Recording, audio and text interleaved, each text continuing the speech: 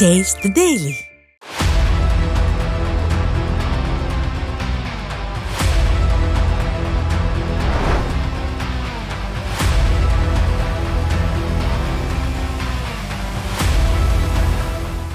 News டே நேயர்களுக்கு வணக்கம். சொல்லியடி நிகழ்ச்சியில் உங்களை சந்திக்கிறதுல மகிழ்ச்சி. நகராட்சி துறையில் 1020 கோடி ரூபாய் ஊழல் நடந்திருக்கிறதா அமலாக்கத்துறை ஒரு மிகப்பெரிய புகாரை ஒன்று எழுப்பியிருக்கிறாங்க. இது அரசியலில் பெரும் பரபரப்பை ஏற்படுத்தியிருக்கு.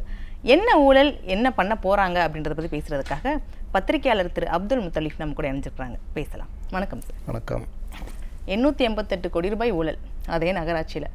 அதுவே இன்னும் விடை கிடைக்கல, என்ன பண்ண போகிறாங்கன்னு தெரியல. அதுக்குள்ளே ஒரு 1020 கோடி ரூபாய் ஊழலாம். இடி திரும்பவும் புகார் கொடுத்து எஃப்ஐஆர் பதிங்கன்னு சொல்லியிருக்காங்க.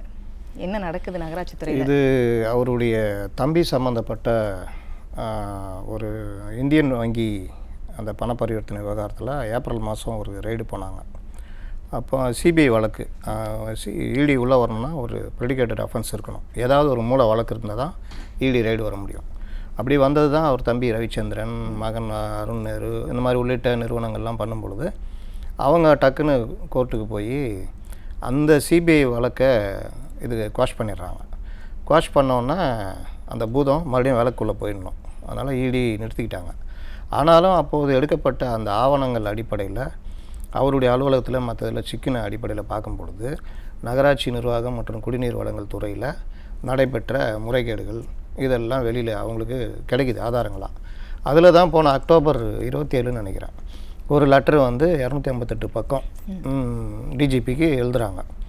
அந்த லெட்டரில் தான் இந்த மாதிரி ஜாப் ராக்கெட், அதாவது அந்த குடிநீர் வழங்கல் துறையில் அரசு வேலைகளுக்கான 2225 நினைக்கிறேன் அந்த பணியிடங்களுக்கு 25 லட்ச ரூபா 35 லட்ச ரூபா வரைக்கும் குறிப்பிட்ட ஒரு செக்ஷன் 150-200 பேர்கிட்ட இந்த மாதிரி போயிருக்காங்க. அது எந்த அடிப்படையில்னு பார்த்தீங்கன்னா அவங்களுடைய டிரான்சாக்ஷனு, அதாவது இந்த பணம் செலுத்தினவங்களுக்கு வேலை கிடச்சிருக்கு, அந்த மாதிரி வாட்ஸ்அப்பு ஸ்டேட்டஸு, வாட்ஸ்அப்புடைய தகவல்கள், இந்த மாதிரி பல இது நாங்கள் எடுத்திருக்கோம் அப்படின்னு ஆர்டிக்கல் 262 நினைக்கிறேன் அது கீழே வந்து இந்த மாதிரி கேட்கலாம். கொடுத்து அவங்க வந்து நீங்கள் வழக்கு பதிவு செய்யணும், லஞ்ச ஒழிப்புத்துறை வழக்கு பதிவு செய்து இதை விசாரிக்கணும் அப்படின்னு கொடுக்குறாங்க. கொடுத்து கிட்டத்தட்ட 48 நாள் கிட்ட ஆகுது. எந்த வித இதுவும் இல்லை. சட்டப்படி நாங்கள் எதிர்கொள்ளணும். ஒரே ஒரு இது என்னென்னா இவர் நேருக்கு போய் 44 லட்ச ரூபா அங்கே கப்பம் கட்டிட்டு வந்தார். கேட்டால் அது செய்யக்கூடாதா அப்படி இப்படின்னு ஏதோ ஒரு இதெல்லாம் சொன்னார். ஆனால் திராவிட மாடல் அரசு பெரியார் வழி வந்தவர்கள். இது ஒரு பக்கம் வருதுன்னா திடீர்னு ஒரு கடந்த 3ஆம் தேதி மீண்டும் ஒரு கடிதத்தை பொறுப்பு டிஜிபி பாருங்கள் இன்னை வரைக்கும் டிஜிபி போடாமல் வச்சுக்கிட்டு இருக்கிறாங்க. கேட்டால் சட்டத்தை மதிக்கணும், கோர்ட்டை மதிக்கணுன்றாங்க. இது வந்து உச்சநீதிமன்றம் 2018 வழங்கின தீர்ப்பு. எனக்கு என்னென்னு அதை மதிக்காமல் இருக்கிறாங்க. பேனல் வந்தால் நாங்கள் போட்டுருவோம்னாங்க. பேனல் எப்போ வந்துச்சு தெரியுமா? கரூர் சம்பவத்துக்கு முன்னாடியே வந்துடுச்சு. இப்போ வரைக்கும் போடாமல் இருக்காங்க. கேட்டால் அவங்க இஷ்டத்துக்கு அனுப்புகிறாங்கன்றாங்க. அவங்கன்றது யாரை சொல்கிறான்னு தெரில, அமைச்சர் ரகுபதி இந்த மாதிரி. அப்போ பொறுப்பு டிஜிபிக்கு அந்த லெட்டர் வருது. அந்த லெட்டரில் என்ன, இந்த மாதிரி நான் இதில் மீண்டும் ஒரு ஊழல், இதில் வந்து என்ன நடக்குதுன்னா டெண்டர் இடத்துல 7 to 10% வரையும் கமிஷன் போயிருக்கு. வேலைகளில் இப்போ நபார்டு வங்கி இந்த மாதிரி நகராட்சி நிர்வாகத்துக்கு வந்து பல வகையில் அவங்களுக்கு உலக வங்கி கடன் மாதிரிலாம் வரும். அந்த டெண்டர்களில் பெரிய அளவில் முறைகேடு நடந்துருது. கிட்டத்தட்ட 1020 கோடி ரூபா அளவுக்கு நாங்கள் எடுத்துருக்கோம் தாங்க ஆதாரம். இப்போவாவது நீங்கள் எஃப்ஐஆர் போட்டு விசாரிக்கணும். அப்படி நீங்கள் விசாரிக்கலைன்னா இந்த முறைகேட்டுக்கு தமிழக காவல்துறையும் துணை போகுது என்று நாங்கள் கருத வேண்டியிருக்கோம் அப்படின்ற மாதிரி அந்த கடிதத்தில் இருப்பதாக தகவல் வெளியாகிருக்குது. எஃப்ஐஆர் போடுவாங்களா இவங்க? இவர்கள் பெரும்பாலும் போடுறதுக்கு வாய்ப்பு இல்லை. ஏன்னா நீங்கள் விளக்கு தைச்சா பூதம் வரும்ல, அது மாதிரி எஃப்ஐஆர் போட்டால் இடி வந்துடும். இடிக்கு உள்ளே வரத்துக்கு ஒரு ப்ரெடிகேட்டட் அஃபென்ஸ் வேணும். அப்போ அந்த ப்ரெடிகேட்டட் அஃபென்ஸுக்கு எஃப்ஐஆர் தான் முக்கியம். எஃப்ஐஆர் போடாமே உங்களால் தப்பிச்சிட முடியுமா? தப்பிக்க முடியாது. இப்போ கோர்ட்டில் அந்த வழக்குக்கு கோர்ட்டில் இருக்குது. அப்போ கோர்ட்டு கேட்கும். அப்போ இவங்க 2 பதில தான் கோர்ட்டுக்கு சொல்லணும். ஒன்று, நாங்கள் எஃப்ஐஆர் போட்டுட்டோம். அப்படி எஃப்ஐஆர் போட்டால் இடி வந்துடும் உள்ள. 2, இது எஃப்ஐஆர் வழக்கு பதிவு செய்யும் அளவிற்கு குற்றம் இல்லை, நாங்கள் விசாரணை நடத்தியதில் இது அந்த மாதிரி இல்லைன்னால இது வழக்கு பதிவு செய்வதற்கான முகாந்திரம் இல்லாதனால் நாங்கள் வழக்கு பதிவு செய்யவில்லை. அப்படி 2ல் ஏதாவது ஒரு பதில் சொல்லணும். அப்போ கோர்ட்டு இது சம்மந்தமாக தீர்மானிக்கும். இவ்வளோ ஆதாரம் கொடுக்குறாங்க, ஒன்றும் இல்லைன்றீங்க அப்படின்ட்டு வழக்கு பதிவு செய்யுங்கன்னு உத்தரவு போடலாம். அப்படி இல்லாட்டி சிபிஐ விசாரணை கூட போகலாம். ஆனால் கேஎன்ஆர் என்ன சொல்கிறாரு, இடி சிபிஐ இதெல்லாம் பாஜக வந்து திமுக அமைச்சர்களை ஒடுக்குறதுக்காக பயன்படுத்துகிறாங்க, எங்களோட துறை சாதனையை பொறுத்துக்க முடியாமல் அவங்க இடியை ஏவி விட்டுருக்குறாங்க அப்படின்னு சொல்கிறாரு. அவர்கள் சாதனை தான் சென்னையுடைய வேதனை. சென்னை பற்றி தெரியும்ல, 4000 கோடி செலவு பண்ணோம், அது பண்ணோம். என்ன பண்ணீங்க? அவங்க சொல்லுவாங்க பாருங்கள், மேயர், நாங்கள் 100-150 பம்பு செட்டு மோட்டர்கள் வைத்திருக்கிறோம், அதை வைத்து நீரை இழுத்து நாங்கள் இது பண்ணுவோம். இதுக்காக 4000 கோடி? 4000 கோடினா இன்ஃப்ராஸ்ட்ரக்சருக்கான இது. திருப்புகழ் அவர் பிரதமர்கிட்ட இருந்தவர், அவர் குஜராத்து கேடர், அவரை கூட்டிகிட்டு வந்து இங்கே நகராட்சி, இங்கே சென்னையுடைய இன்ஃப்ராஸ்ட்ரக்சருக்காக ஒரு குழு அமைச்சு அவங்கள்ட்ட ரிப்போர்ட் வாங்கினாங்க.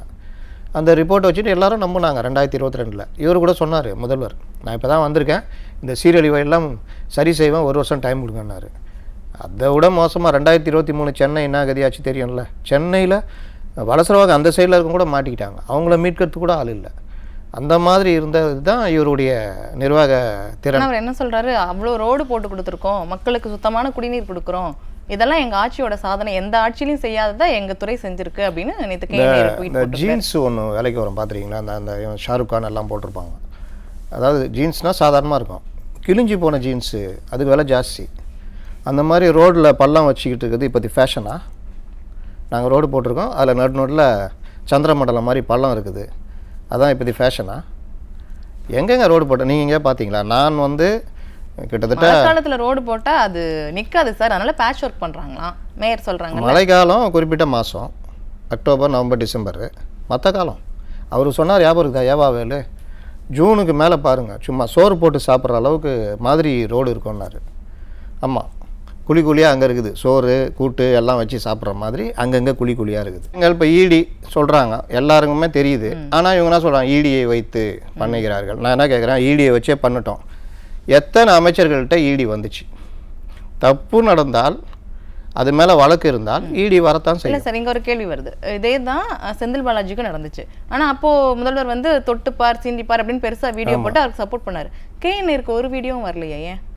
காலங்கள் மாறுதில்லை, தொட்டுப்பார் சீண்டிப்பார் கேலிக்குள்ள ஆயிடுச்சு.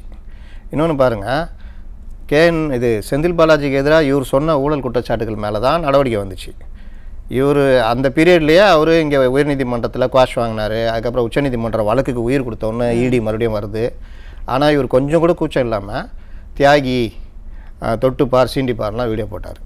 அப்படி வெளியில் இருந்தவரை இவர் எதிர்க்கட்சி தலைவராக இருந்து பேசினவருக்கே இவர் இந்த அளவுக்கு பல்டி அடிக்கிறாருன்னா கேஎன்ஆருக்கு என்ன பண்ணுவார்? மற்றவர்கள் என்ன பண்ணுவார்? அதுவும் இந்த துறை இருக்க ரொம்ப மோசமானதுங்க. டெண்டரில் உங்களுக்கு உள்ளே புகுந்தாங்கன்னா அவ்வளோ மாட்டோம். அது வந்து எங்கே யார் வரைக்கும் வரும்னு தெரியாது. அதனால தான் எஃப்ஐஆர் போடாமே வச்சுருக்காங்களோ? ஆமாம், வழக்கமாக போடவே மாட்டாங்க. அது இப்போ பெரும்பாலும் எல்லா கட்சிகளுமே அந்த வேலையை பண்ணுவாங்க. கோர்ட்டில் போய் தான் தலைவர் நேற்று அறிக்கை விட்டுருக்காரு, உங்களுக்கு மடியில் கனமில்லாம் ஏன் பயப்படுறீங்க, எஃப்ஐஆர் போட்டு எங்கள் மேலே தப்பு இல்லை, எஃப்ஐஆர் போட்டால் பூதம் வந்துடும்ல. அப்படி விளக்க தேய்ச்சா போதும், பூதம் பஸ்ஸுன்னு வந்துடும். அவங்க காத்துக்கிட்டு இருக்கிறது ஒரு எஃப்ஐஆர். நீங்கள் எதை வச்சு மற்ற கேஸ்லலாம் இது பண்ணீங்க? மணல் முறைகேட்டில் எதை வச்சு தப்பிச்சிங்க? என்ன எஃப்ஐஆருன்னு கேட்குறாங்க. இல்லைங்க, இந்த மாதிரி அந்த இது கண்டுபிடிச்சவரை அந்த இவரை விஏஓலாம் கொண்டாங்க, இதெல்லாம் வச்சுட்டு போவீங்களா அப்படின்னு தடை கொடுக்குறாங்க. இன்னொரு இந்த இதுக்கு டாஸ்மார்க்குக்கு என்ன இது இந்த மாதிரி வேறு ஒரு இதில் இருந்தாங்க, அது எப்படி போவீங்க அப்படின்னு அதுக்கு தடை. ஆனால் நீங்கள் பாருங்கள், அதில் வந்து 2வது ஹியரிங்கில் கடுமையாக இடி வாதாடிச்சு, எங்களுக்கு உரிமை இருக்குங்க, நாங்கள் எடுத்தால் அந்த விஷயத்தில் நாங்கள் போய் நாங்கள் சீஸ் பண்ணுறது உரிமை இருக்குன்னொன்னே. அப்படியா? அப்போது இந்த சம்மந்தமான விஜய் மண்டல் வழக்கு நடந்துக்கிட்டு இருக்குது. அந்த தீர்ப்பு வந்தோன்னே உங்களுக்கு உரிமை இருக்கான்னு முடிவு பண்ணிட்டு நீங்கள் போங்கன்ட்டாங்க. தடை விதிக்கலை. ஆனால் இங்கே எடுத்துக்கிட்டு நம்ம விட்டுனாங்க, டாஸ்மார்க் எதிரான ரெய்டுக்கு தடைன்னு இல்லை. அவர் தள்ளி போட்டு போயிட்டார். இப்போ இன்னொருத்தர் வந்திருக்காரு, சூரியகாந்த் தலைமை நீதிபதி. இப்போ அவர்கிட்ட இதே டாஸ்மார்க் வந்துச்சுன்னா விசாரிச்சாருன்னா என்ன ஏதோ அதை கொடுத்துட்டு விட்டுருவாரு. ஆனால் இடி வந்து அவங்க எடுத்த கேஸில் கிட்டத்தட்ட 97% வரைக்கும் இது வரைக்கும் கண்டுபிடிச்சதே இல்லை. அப்படி இருக்கிற பட்சத்துலையும் ஏன் இடியை பார்த்து பயப்படுறாங்க? இடி கண்டுபிடிக்காத காரணம் என்னென்னா, மணி லாண்ட்ரி கேஸை பொறுத்த வரைக்கும் இங்கே கார்த்திகேயன் 3rd ஜட்ஜி செந்தில் பாலாஜி வழக்கில் அந்த இதில் எழுதியிருப்பார், தீர்ப்பு இதில் அவர் தான் கரெக்டுன்னு சொல்லி இது பண்ணார். அதனால தான் இன்னும் செந்தில் பாலாஜி சிக்கல் வந்தது. அவர் என்ன சொல்லியிருப்பார்னா, மற்ற வழக்குகள்லாம் சாதாரணம், தெரியாமல் நடக்கிறது. ஆனால் மணி லாண்ட்ரி என்பது இது குற்றம் என்று தெரிந்தே இன்டலெக்சுவலு ஹை லெவலில் இருக்கிறவங்க பண்ணக்கூடியது. அதனால தான் மணி லாண்ட்ரி இந்த பிஎம்எல் ஆக்டில் ஜாமீன் என்பது கிடையாது. அந்த குற்றத்தை கடுமையாக என்னமோ இவங்க சொல்கிறாங்க பிஎம்எல் ஆக்ட் வந்து ஏதோ இங்கே லோக்கலில் இவங்களுக்கு எதிரான கிடையாதுங்க. சர்வதேச லெவலில் தீவிரவாதம், போதை மருந்து கடத்தல், ஆயுத கடத்தல் இந்த மாதிரிலாம் பண்ணும்பொழுது ஒரு நாட்டுடைய பொருளாதாரம் பாதிக்குது. ஹவாலா இதற்கு எல்லா நாடுகளும் சேர்ந்து ஒரு சட்டத்தை கொண்டு வரணும்னு கொண்டு வந்தாங்க. இந்தியாவில் பிஎம்எல் ஆக்ட்னு அதுக்கு பேர். அதனால தான் பிஎம்எல் ஆக்ட்டுக்கு அவ்வளோ பவர். நீங்கள் சாதாரணமாக ஜாமீன் வாங்கிட முடியாது. இப்போ செந்தில் பாலாஜி வந்து மெரிட்டில் கொடுக்கல. அவர் சொன்னார்ல ஓகா, நான் ஒன்றும் மெரிட்டில் கொடுக்கலங்க. ஆர்டிகல் 19(1) வந்து ஒரு குடிமகனை தேவையில்லாமல் ரொம்ப காலம் அடைச்சி வைக்கூடான்ற ஒரு கருணை அடிப்படையில் தான் நான் கொடுத்தேன்னாரு. அதுதான் உண்மை. அப்போ பிஎம்எல் ஆக்டுன்றது ஏதோ இவர்கள் நேருக்காகவும் இல்லை திமுக அரசாங்கத்துக்கு அப்படி கிடையாது. ஒரு விவகாரத்தில் இதில் க்ளீனாக சொல்கிறாங்க, இந்த பணம் ஹவாலாவாக மாறி இருக்கிறத நாங்கள் சந்தேகப்படுறோம், அப்போ இது கீழே நடவடிக்கை வேணும்னு கேட்குறாங்க. முறைப்படி வர்றாங்க. அவங்களுக்கு ஒரு இந்த மாதிரி அமைப்புகள் மாநில காவல்துறையை ஒரு அந்த பிரிவு கீழே வந்து இது பண்ணலாம், தன்னுடைய சக ஏஜென்சிக்கு பாஸ் பண்ணி வழக்கு தொடர சொல்லலாம். ஆனால் இவர்கள் தொடர மாட்டார்கள். அப்போ என்ன ஆகுனா கோர்ட்டுக்கு மறுபடியும் வரும், கோர்ட்டு உத்தரவிடும் வழக்கு பதிவு பண்ணுன்னு. அப்போ என்ன பண்ணுவீங்க?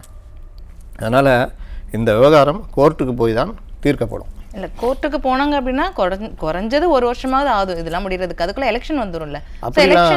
அப்படிலாம் இப்போவே ஹியரிங் இருக்குது, போன இதுலேயே இருக்குது.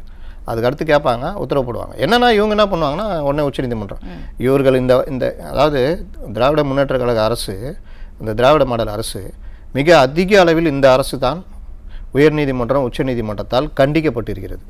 மிக அதிக அளவில் உயர்நீதிமன்ற தீர்ப்புகளை எதிர்த்து இவர்கள் அப்ளை போயிருக்காங்க, மேல்முறையீடு. அதை இப்போ போன தடவை கேட்டாங்க, என்ன ஒரே தமிழ்நாட்டிலேருந்து வந்துக்கிட்டே இருக்கிறீங்க, என்ன தான் நினைக்கிறீங்கன்னு. சின்ன சின்ன விஷயத்துக்கு கமிஷனரை கண்டிச்சிட்டா உடனே அதுக்கு அந்த வார்த்தைகள்லாம் நீக்கணும்னு வர்றது. ஒவ்வொரு ஹியரிங்க்கும் ஒவ்வொரு இதுக்கும் அரசு தரப்பில் ஆகிற செலவுலாம் 30 லட்ச ரூபா வரைக்கும் ஆகும். அதெல்லாம் மக்களோட வரி பணம் தான். வேறு என்ன?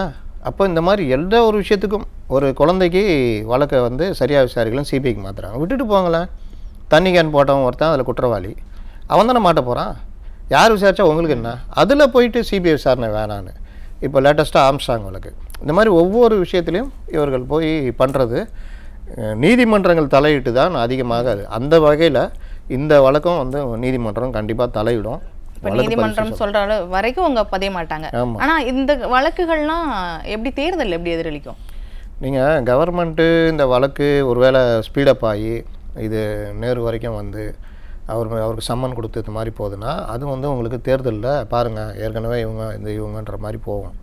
இதை எப்படி எதிரொலிக்கும், இது எப்படி மக்கள்கிட்ட கொண்டு போய் சேர்க்கறது, மக்கள் இதை வந்து மக்களுக்கு இப்போ எப்படி ஆகிடுச்சுன்னா யார் தான் பண்ணல அப்படின்ற மாதிரி ஒரு மனநிலைக்கு வந்துட்டாங்க.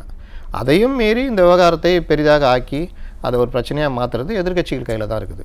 இன்றைக்கி ஊடகங்கள் வாதிக்க மாட்டாங்க. ஏன்னா அவங்களுக்கு இதை விட விஜய் வர்றார், விஜய் பிரவீன் சக்கரவர்த்தி சந்திப்புன்னு அவர் கையை கடிச்சு வச்சுட்டாரா, நேற்று பார்த்தீங்களா தலைப்பு?